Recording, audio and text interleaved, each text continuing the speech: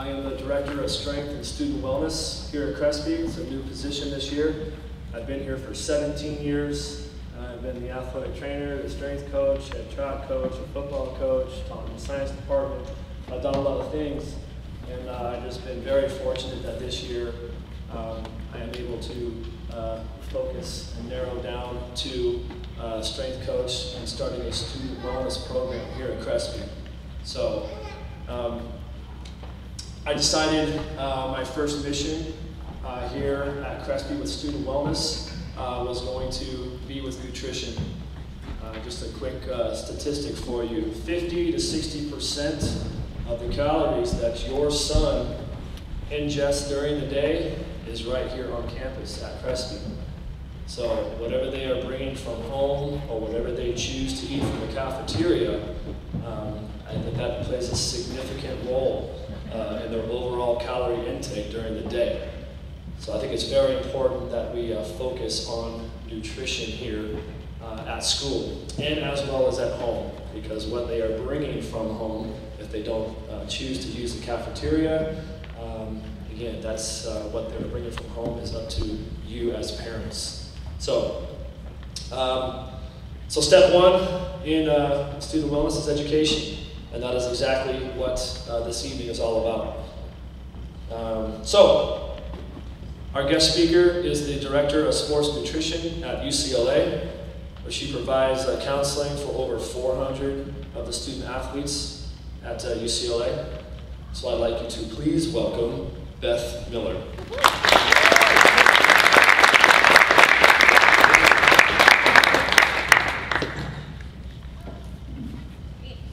Great.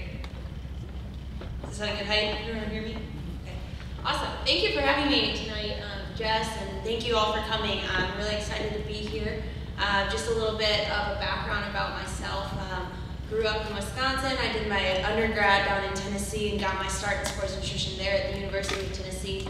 After that, went down to Florida State where I received my master's in sports nutrition, and then also had a chance to work in the athletic department there. And then last July, I got pulled out to the West Coast and started working as the Director of Sports Nutrition at UCLA, and haven't turned back since. So I'm excited to be here tonight for the high school level. You all are the next generation of the athletes that I see up at the collegiate level. So if we can start young, start forming those great nutrition habits at this age, then you make my job a little bit more easier at the collegiate level. No, just kidding. But again, tonight we're not just focusing, I am a sports dietitian, but we're not just going to focus on our sports and our athletic performance. That is a portion of tonight. But we're going to focus on that student-athlete portion as well, and why nutrition plays a role in what our kids do at school, at home, as far as our nutrition habits go. Alright, so this is just a brief little outline of what we're going to do tonight. First, we're going to talk about our quote-unquote healthy eating guidelines. Everyone talks about, okay, the key to a healthy diet is a balanced diet. Well, what is balance? We're going to go into that a little bit tonight. Then we're going to talk about our nutrition and academic performance, the importance of eating breakfast every single day, talk about nutrition and athletic performance, our nutrient timing, how to build a performance plate, and then I'll give you a little bit of an insight into what we do at the collegiate level in sports nutrition. So first, to start us off, think of our food as our fuel. If you think of your body as a car, the foods and the beverages that you consume are the fuel that you need for your body. Growing teenagers and successful student athletes are like finely tuned cars that require high quality fuel to achieve optimal health and performance. If we put low-grade fuel into our bodies, then this can lead to poor health and subpar academic and athletic performance. So try to think of that mentality as we go along here tonight, and then as we move on after tonight. So again, our basic healthy eating guidelines. Some people take it a little bit more complicated than it actually is. Break it down into our well-balanced diet of our 3 main macronutrients. I know they're listed there, but can anyone tell me what a macronutrient is, or an example of one? Great, so we have our macronutrients and our micronutrients. But an answer that's not up there, what's our difference between our macro versus our micronutrients? Anyone know? Anyone? smaller amount. Of the micro? Good. So the biggest answer is that these three nutrients that are right up here are called our macronutrients. They're the ones that we actually receive the energy from. And then our micronutrients are how we utilize that energy. So our first source is carbohydrates. So most people think of grains when we talk about carbohydrates, but they're also included our fruits, our vegetables, beans, low-fat dairy products. All of those make up our carbohydrate group. The nutritional benefits that come from carbohydrates.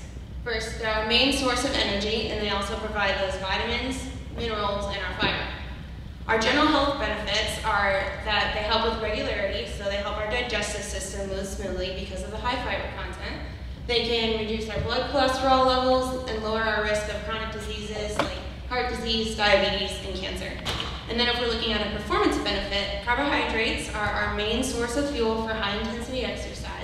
And then they're also the sole source of fuel that our brains use. So if we have a low to no carbohydrate diet, then our brains are not going to be able to function. So what's that going to affect? Our academic performance. And then this is a good chart that breaks it down into our, on the left side, high-grade carbohydrates and our low-grade carbohydrates. So you're going to want to choose more from that high grade and choose less from that low grade category in order to get the best quality fuel out of your carbohydrate category. So our next macronutrient is protein. Can anyone tell me the main function of protein? Good, I heard build muscle. So our main sources of lean quality proteins come from fish, poultry, which is our chicken and turkey, low fat and non-fat dairy, seeds, nuts, beans, and then our eggs and egg whites. And as someone already had said, there are building blocks for muscle. Protein makes up our muscle and plays a role in our digestion. They also help keep us full and keep us focused when we're in the classroom, and they help us to build a strong immune system. And then as an athlete, they help to build and repair the muscle tissue that we break down while we're working out, and help boost the rate of recovery after exercise. And then this slide again provides our high grade versus low grade quality proteins. So lean ground beefs, our beef tenderloins, pork tenderloins, bison meat, white meat, chicken and turkey, eggs, egg whites. Those are all solid quality lean proteins that we want to be choosing at every meal and every snack. And then our last macronutrients are our fats. Fats are a good thing for our health benefits for which reason? Can anyone tell me? A little bit more tricky. Fuels your brain. Okay. Yes, so it fuels our brain. So we need fats, minerals, vitamins and minerals that come from our healthy fats in order for our brain to function, to use those carbohydrates for the fuel. Fats also help us with our low-intensity exercise as well as reducing muscle soreness and inflammation. So we always have a little bit of confusion when it comes to our fats. We have our healthy versus our non-healthy fats, ones that we want to choose and ones that we want to limit. The ones that we want to choose are going to come from our plant sources, so our nuts, seeds, oils, avocados, and we're going to want to limit more of those coming from our processed foods because those can actually counteract our healthy fat sources and cause inflammation in our joints, in our muscles, and even in our brain. And again, our last chart is our low-grade versus high-grade fats. So I have our left side category are our anti-inflammatory fats versus our right side category is our inflammation, causing heart disease, high blood cholesterol, and other chronic diseases, whereas the others can actually ward those diseases off. And then last, we cannot forget about our micronutrients, our vitamins and minerals, because as I had said, these are what help us to get the energy from those three main macronutrients. We call our vitamins and minerals essential because our body cannot make them. We have to get them through our food sources as well as through our multivitamin and mineral supplements. They help to support the growth, repair our tissues, carry oxygen to our muscles, and form energy in our bodies. Down at the bottom, I have a couple examples of some of our most key vitamins and minerals that you're used to hearing in the news. Our B vitamins are our energy and metabolism nutrients. Vitamin C helps our healthy immune function. Calcium and vitamin D is especially important for this age where you're still growing because it helps build strong bones. And then our iron is needed for optimum oxygen delivery to get to our muscles so they can work efficiently.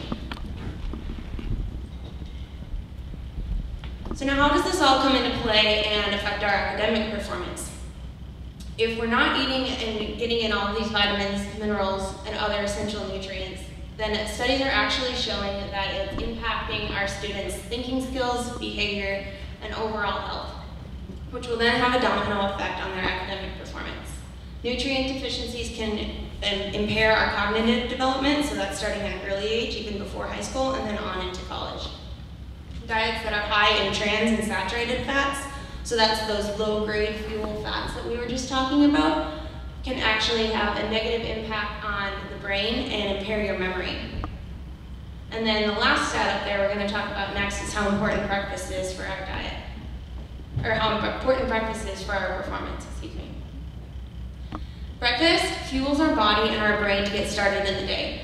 So breakfast got its name because you are literally breaking the fast. If you think about it overnight, you're asleep for 8 to 10 hours. So your body is fasting for probably 10 to 12, depending on what time you had dinner the night before. So by getting in nutrients getting in a breakfast right away, we're fueling our body with those nutrients at the beginning of the day to start us off for our activity, for our school performance, for work, whatever it might be that we need for that day. A satiating meal that's providing lean proteins, whole grain carbohydrates, as well as some healthy fats will help to improve students' cognitive function and help them focus during the day during class. So I put together a little handy chart for you to help build your breakfast. So a healthy breakfast should make up 1/3 of our total calories. Now, whether this be you have it at home before you come to school or if you're grabbing breakfast at school, these are three important factors to want to try and build into your breakfast. So choosing something from each of these three categories, our high energy grains, our muscle building proteins, and our nutrient packed color is going to help us start our day off and fuel our body and our brains for success in the classroom. Again, these slides aren't printed out, but at the end of it, if you either email me or get in touch with Jess, then you'll be able to have these examples for you to start putting into practice. All right, so I went through that a little bit quickly, but does anybody have any questions on our general healthy eating guidelines, academic performance, before we get into a little bit of the sports side of things? Yes? I was a little late, so forgive me if you That's addressed it. Did you address hydration? Not yet. Coming up. Any other questions? You said breakfast should be 1/3 of your daily calories? Roughly, give or take, yeah. Yeah, it's common trends of the American diet actually go opposite, where we are seeing our largest dinner or largest meal being dinner at the end of the day. But to help aid performance, you're going to want to kind of flip-flop that, and we want at least half of our calories in by the end of lunchtime, mixing in our snacks and dinner throughout the rest of the night. Anything else? All right, so now we're going to go into nutrition and athletic performance. So we have our healthy eating versus our sports nutrition. Basic definition of healthy eating is to ensure that you remain healthy overall, in and beyond athletics.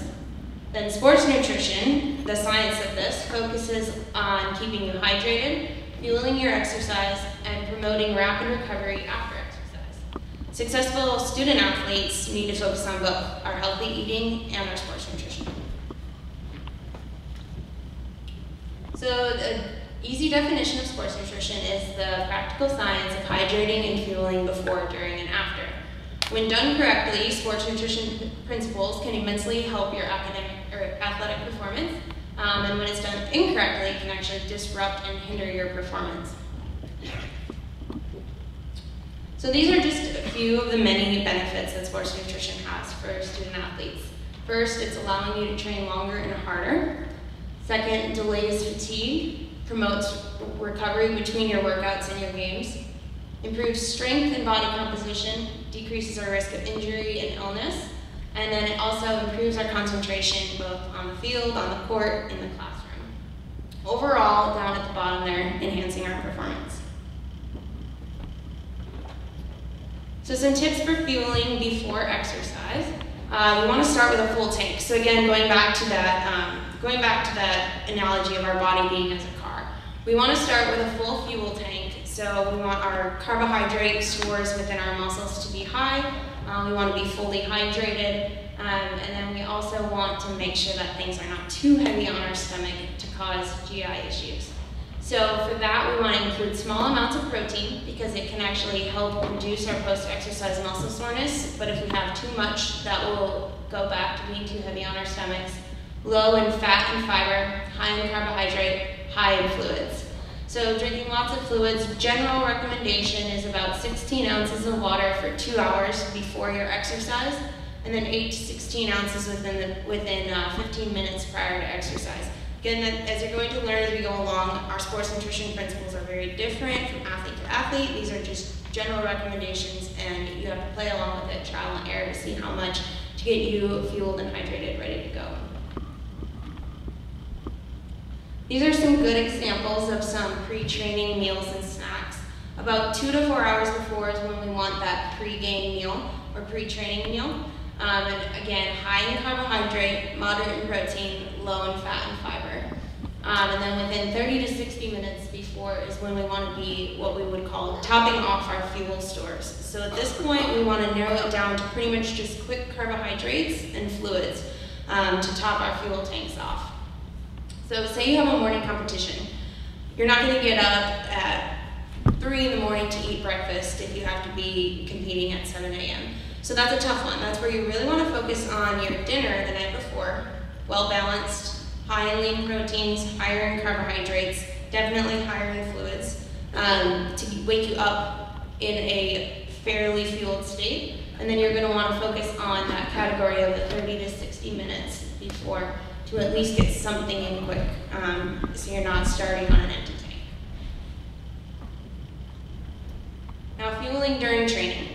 If we're working out for about 60 minutes or less, then really all that we need during this time is water. The biggest principle for fueling during training is making sure that we're staying hydrated to prevent dehydration. Signs of dehydration, actually I think I'm skipping ahead. We have that on the next slide. But consuming water is a must no matter how long or short your workout is. Then when we get to that 60 minutes plus is when we're going to need to start bringing in that carbohydrate.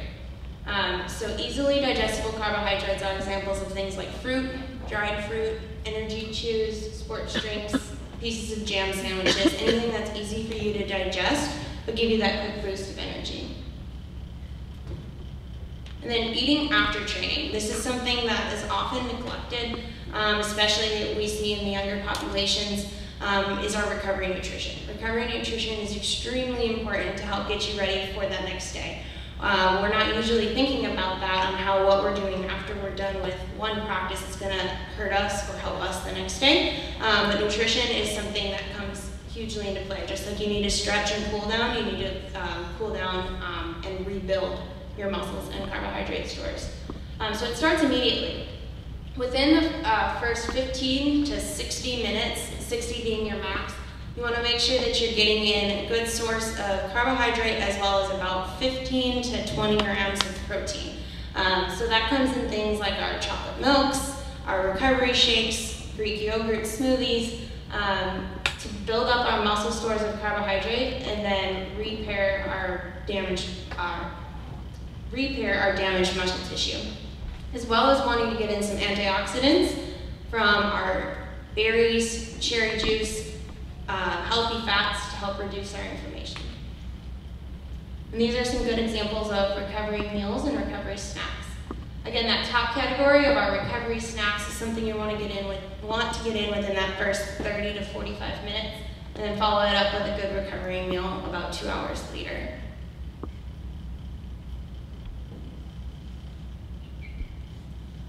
All right, any questions on nutrient timing before we move on? No? Okay. So next is about building our performance plate, and this comes into play at home when we're eating breakfast and dinner at home, and then especially in the school cafeteria here. We have 5 main principles to focus on when we're building our performance plate. It's our whole grains, our lean proteins, our colorful fruits and vegetables, healthy fats, and fluids. All of these will play a role in how we're performing in the classroom and then after school at our practices and games. And how we build our performance plate depends on our level of training for that day. So this is a picture of how we would want our hard training day to look. So say you have double practices or you have a game after school. That right side that's orange is signifying carbohydrates. So carbohydrates are our high energy packed, long sustaining energy fuel. So that's why we want half of our plate to be full of those if we have a hard training day. A quarter of the plate always should make up of lean protein to help prepare those muscles and then repair those muscles. And then we always want to get at least a quarter of our plate in being colorful fruits and vegetables to provide those vitamins and minerals, our antioxidants for inflammation, and then general health principles. And then on the side, what's not pictured here is our fluids and electrolytes. So alternating throughout the day, getting an electrolyte beverage in, definitely lots of water to make sure that you're well hydrated by the time you get to your game. And then this would be, it's a little bit hard to see, but this would be a picture of what our easy training day would look like. The orange is now fruits and vegetables, and we're down to a quarter of the plate being carbohydrate. Can anyone tell me why we might have that be flip-flopped if we're not training on this day versus the day that we had a game? You don't want the carbohydrates to store as fat. You don't want too many carbohydrates on a non-training day. You don't need the energy. Right, exactly. So you don't need as long of sustaining energy, so this is kind of a recovery day, which is why we want to get in. You can think of our color as recovery. We want more of the color on the recovery days because that's going to get it flowing through our nutrients, flowing through our blood, flowing through our muscles to help repair the damage that we have done. And if we're not working out, we don't need as long of sustaining energy from those carbohydrates, but we still need them because what organ only functions off of carbohydrates? Your brain. So again, as this explains a little bit more, 1/4 of the plate being lean protein, 1/4 of the plate being whole grains and carbohydrates, and 1/2 of the plate being fruits and vegetables. Still always focusing on our fluids, but on this day, swinging more towards water than not necessarily needing those electrolyte beverages. And then this category, or this slide, gives a good list of our healthy snacks that we need throughout the day. So we've been talking about building our meals, but we can't neglect snacks. So what I always teach all of my athletes is that we want to be eating about every 3 hours or so. So we're not going to have a meal every 3 hours. We need to cushion that in with what we call a gold medal snack. So gold medal snacks are pairing a quality carbohydrate, which could be a grain, could be a fruit, a vegetable, along with a lean protein. So I always teach my athletes, you want to go to class, treat your snacks like your books. You're never going to go to class without your books, so never go to class without your snacks.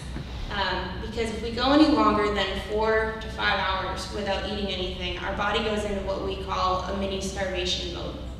And contrary to the common belief, when we're going into that mini starvation mode, our body does not eat away at our fat stores. It will actually start tapping into our muscle. So then we're actually starting to lose our muscle, which as an athlete or just for general health, we want to be either maintaining or gaining our muscle. So that's where gold medal snacks come into play. So always want our backpacks to be looking just like that one up there, overflowing with our gold medal snacks. And now hydration. So hydration is extremely important for an athlete, for a student, just for general health. Our body is made up of 60 to 70% water, and we're losing water every day in multiple ways. So if we're not replenishing with it, then then our body is at risk for serious health complications. Dehydration can come on with just as little as 1 to 2% loss of body weight from water. You start seeing things like muscle fatigue, loss of concentration, inability to regulate your own body temperature. If it gets very severe, we can start seeing heat illness, cramps, heat exhaustion. So a great way for us to monitor our hydration on our own, because we're not always going to be testing our urine or testing our blood, is through this little urine color chart. So I send this home with all of my athletes. We have it posted in the bathrooms, One of my volleyball girls actually sent me a picture of it. She posted it on the inside of her toilet seat, which I love. Because you always want to stay above that red line for general health as well as for athletic performance. If we're going to bed and we're close to that red line or even under the red line, we're going to want to drink something. I know that could get a little frustrating because you might be up in the middle of the night going to the bathroom, but if you're already below the red line before you go to bed, then you're going to be even lower down in the 6, 7, or 8 by the time you wake up the next day, and it's going to take you a lot longer to catch up. So I always like to teach athletes to try and stay around the 1 to 2 range, and then if we notice ourselves dipping a little bit lower, we got to get some water in. All right, so now I'm going to give you a little bit of an insight to what we do up at UCLA. This is just my department mission. We're working hard up there to foster an environment that promotes our optimal fueling for high-quality performance in sports, academics, and overall lifestyle. So we're not just focusing on what they're doing right then and there, we're focusing on their health in and beyond college athletics. These are just a few of the many services. I do all of our pre and post workout counseling, physical fueling with our fueling station. We do body composition testing, so we can test and see how much muscle mass they're gaining or losing. Team education talks, we do lots of cooking classes, dining hall tours, just lots of ways to try and get nutrition into the minds of the athletes so they're thinking about it all the time, because just as important as your training is to an athlete or to a student, your nutrition needs to be ranking pretty much right on top of that. We use a lot of social media resources to get information to the athletes, and they're open to the general public as well, so you'll find us on many social media outlets for great nutrition resources. Fueling Bruins is how you can find us. And then we also have a mobile app that I just recently developed. So it has healthy recipes for cooking in-home, and if you're ever down in the Westwood area, we have all of our Westwood restaurants up there, and also nutrition resources. So that's open to the public as well, so you can go on to an Apple or Android store and search for Fueling Bruins, and then you'll have access to our mobile app. Here's a few pictures. These are old. We've added a lot more to it, but this is what our fueling station looks like. So what we call for the fueling station is a place for all the athletes to come get their pre and post workout options, as well as their hydration options, so all of those things that we went through for nutrient timing, and then general snacks for them throughout the day, so they can come there and pick up their gold medal snacks. Convenient right in our athletic training building. And then some of them are a little small, but just some fun photos of the athletes from different events that we do. Down in the middle there is our Champ Camp breakfast. Over summer they do Champ Camp training, and we bring breakfast out to the track for them after they're done with that. Up in the top left are our soccer girls after a little antioxidant education. They're getting some cherry juice as well as some dark chocolate. Build your own trail mix day, cooking classes, just a variety of things that go on to make nutrition fun, and one of the central focuses of an athlete. And then now, Jess has a few words about your Crespi cafeteria.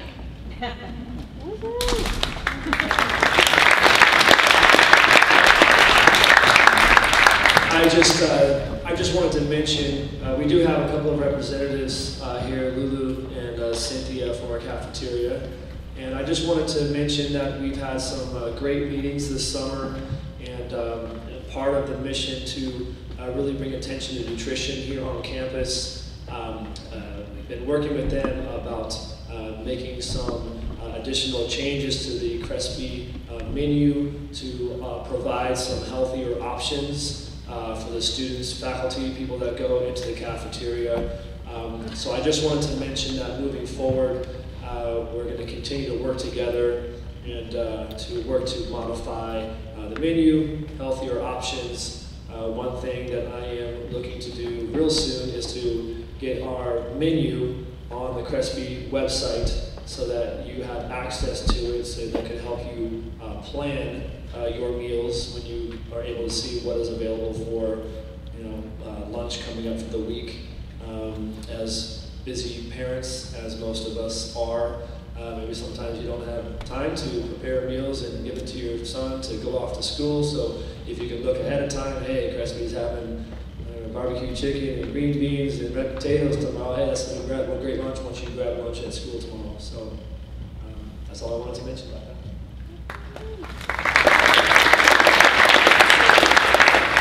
With that, then over on the table, I had a variety of handouts, and if we ran out of them, I sent all of them on electronically too, and you can always contact me individually for more of them. But I have great meal prep and meal planning tips on some of those handouts, as well as reinforcement of the performance plate building, how to build healthy meals in a school cafeteria. And if any of you have any questions, like once the menus are posted on Crespi, only an email or a phone call away, that you're more than welcome to bounce any questions off of me as well. Being a Catholic high school, Catholic myself, I love being able to put one of my favorite Bible verses related to nutrition and fueling your body into this. So, do you not know that your body is a temple of the Holy Spirit, who is you, whom you have received from God? You are not your own. Fueling your body for fueling your life. So I just wanted to leave you with that, as well as post up my contact information. And my card is over on the table. I do individual consulting if you were interested in anything of this, or you're wanting to get your son on a little bit more specific of a nutrition plan. Please feel free to contact me, and that's something that we can set up in the future. But before I go, do we have any questions? Comments? Can you give your thoughts on protein drinks post-workout? Better to have natural protein versus like supplements or water? Yeah, so his question was on protein drinks, on whether it's better to have a supplement or a powder post-workout. I'm definitely run by the food first philosophy. However, protein drinks, protein powders play a fantastic role, especially if you have low appetite post-workout. You're just going to want to be careful with some of the supplements that are out there, especially at the younger age. So you want to look for the smallest amount of ingredients. If your ingredient label has like 30 plus ingredients on it, you're probably going to want to stay away from that. And then make sure that you're utilizing those protein supplements in a post-workout setting, not as a meal replacement, not as a breakfast. Those are the times to get the more whole foods in, but immediately post-workout a supplement is okay.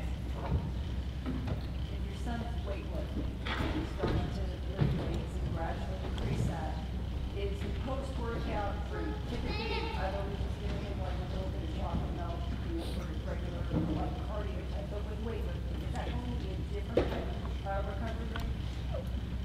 So the question was, if your son is starting to weight lift, do more of the lifting type, is chocolate milk sufficient enough, or are you going to need more protein after that? It depends. It depends on if he's going to have a meal within the next hour to 2 hours. Chocolate milk will still be sufficient.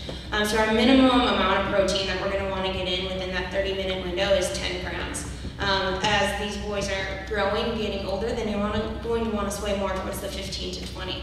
So that's looking more like 2 chocolate milks, because 1 serving of chocolate milk is 8 grams. So then that's where you'll want to go into a little bit more of the higher protein drink. But if the meal is coming within an hour, then you're fine. As far as our fruits and vegetables today, I've heard that they really don't contain the proper amount of vitamins, nutrients, things that we need, even if we're eating the proper amounts, which is why supplementation is necessary. Do you know if that's true or not? So even if you are filling your plate with half vegetables, half fruit, you're not getting today what you got possibly 30, 40 years ago. Yes, so the question was, if we're filling our plate with half of fruits and vegetables, we're not getting enough of what we need of those vitamins and minerals. I personally have not seen enough science out there about it yet. There are resources online for the minimum amounts of the milligrams of each vitamin and mineral that we need based on our age. So all of those right now, they're out by the USDA, which are some of the resources I've provided, are what we're going by so far. And especially with our B vitamins and vitamin C, if we are getting the sufficient amounts through our diet, then the vitamin and mineral supplements don't really do all that much, because we don't store them. However, they're not going to hurt either. So if you feel like you might be a little bit short by getting it in through your diet, then just a general multivitamin is fine, and not a bad idea at a growing age.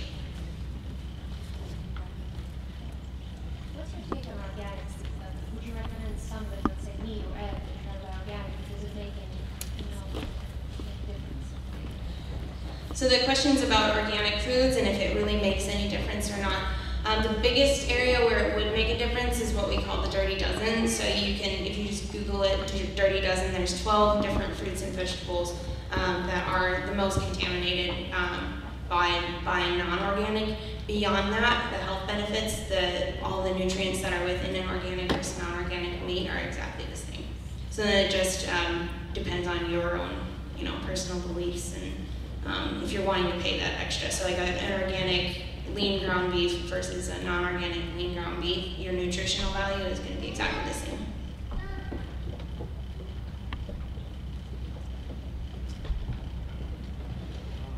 Any more questions? What do you think about sports drinks? As I think a lot of people drink them all the time, and they seem to be high in sugar and fructose. And for an athlete, that's great, but are we overusing them? Yes, I do believe that sports drinks in a lot of settings are overused. They definitely have a time and a place, but even at the collegiate level, I push before, during, and after exercise. And before is within the hour mark. During if it's longer than 60 minutes, and then immediately after to get those electrolytes in you. But other than that, there is a lot of extra added sugars in those sports drinks. And then at the child age and growing age, they don't need as many of the electrolytes to replenish their body. So it really is just within that long workout that they're necessary. Other than that, it's water, low-fat dairy, 100% fruit juice. Also, you talked about 100% fruit juice. You like 100% fruit juice. When you drink a large amount of orange juice, is that, talk about that being kind of bad for you.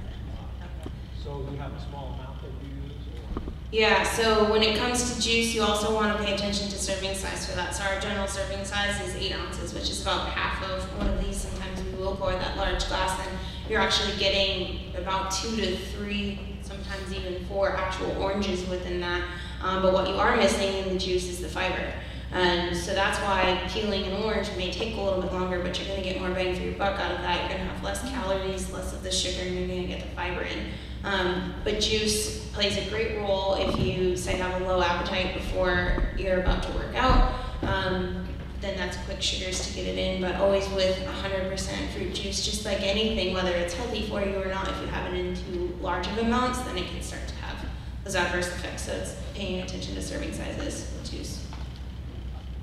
You mentioned cherry juice a few times in your presentation. Do you recommend cherry juice? I definitely do. So it's funny, I'm actually shooting a commercial tomorrow about cherry juice. So does anyone know why I mentioned cherry juice so much, specifically in recovery? Right. So cherry juice is one of the highest antioxidant content juices, and we need those antioxidants to help reduce that inflammation. There's also great benefits showing that cherry juice helps with sleep. So if you're struggling to sleep, you can take an 8-ounce serving of that within 30 minutes before bed and be an extra boost of recovery for the next day, as well as help promote that sleep. And then there is a cherry juice product that adds 8 grams of whey protein to it also. It's called Cherry Bundy Rebuild. We use that, and we also use the product called Cherish.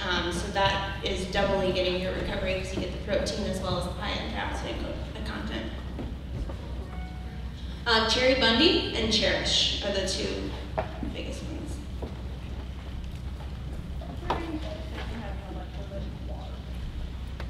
Or like you drink it throughout the day, could that have a negative impact?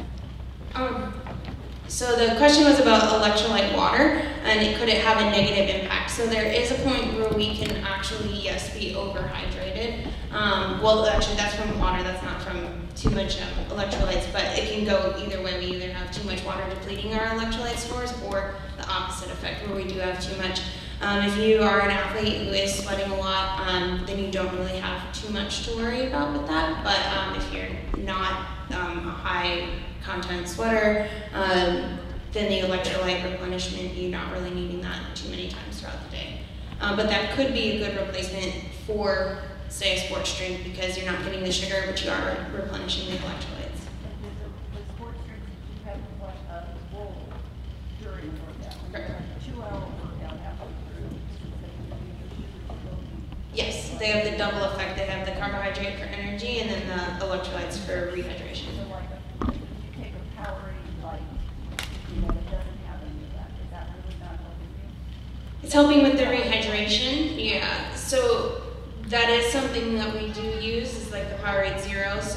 For some of the female athletes, I use them a lot with like our weight dependent sports, because we do need to get those electrolytes in, but not necessarily all of the sugar. But during, it's only benefiting if you're losing a lot of those electrolytes.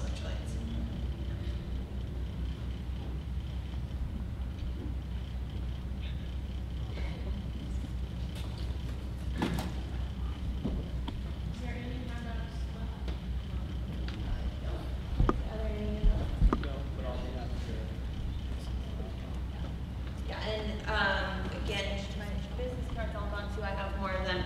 And you can always email me too for any of the resources that I provided tonight or anything else.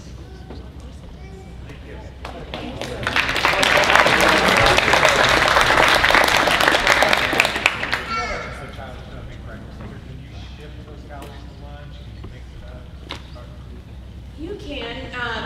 You want to try to at least get something in them. So if they don't have much of an appetite, then like a liquid meal, like a smoothie, or like a carnation instant breakfast, you want to at least get something within that first hour to an hour and a half of being awake, and then maybe a mid-morning snack and then lunch is a good way to kind of sneak that in. So it's not like adamant that it has to be a third of the calories, but it's definitely important to get some form of calories in within the first hour or so of waking up. Okay. Thank you, everybody.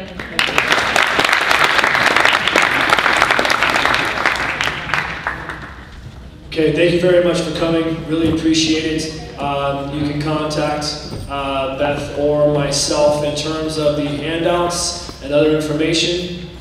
We'll try to get that out to you. Thank you to Nyahay for recording this. We're going to see about getting this put on the Crespi website for you to review again, and for those that did not attend. Okay.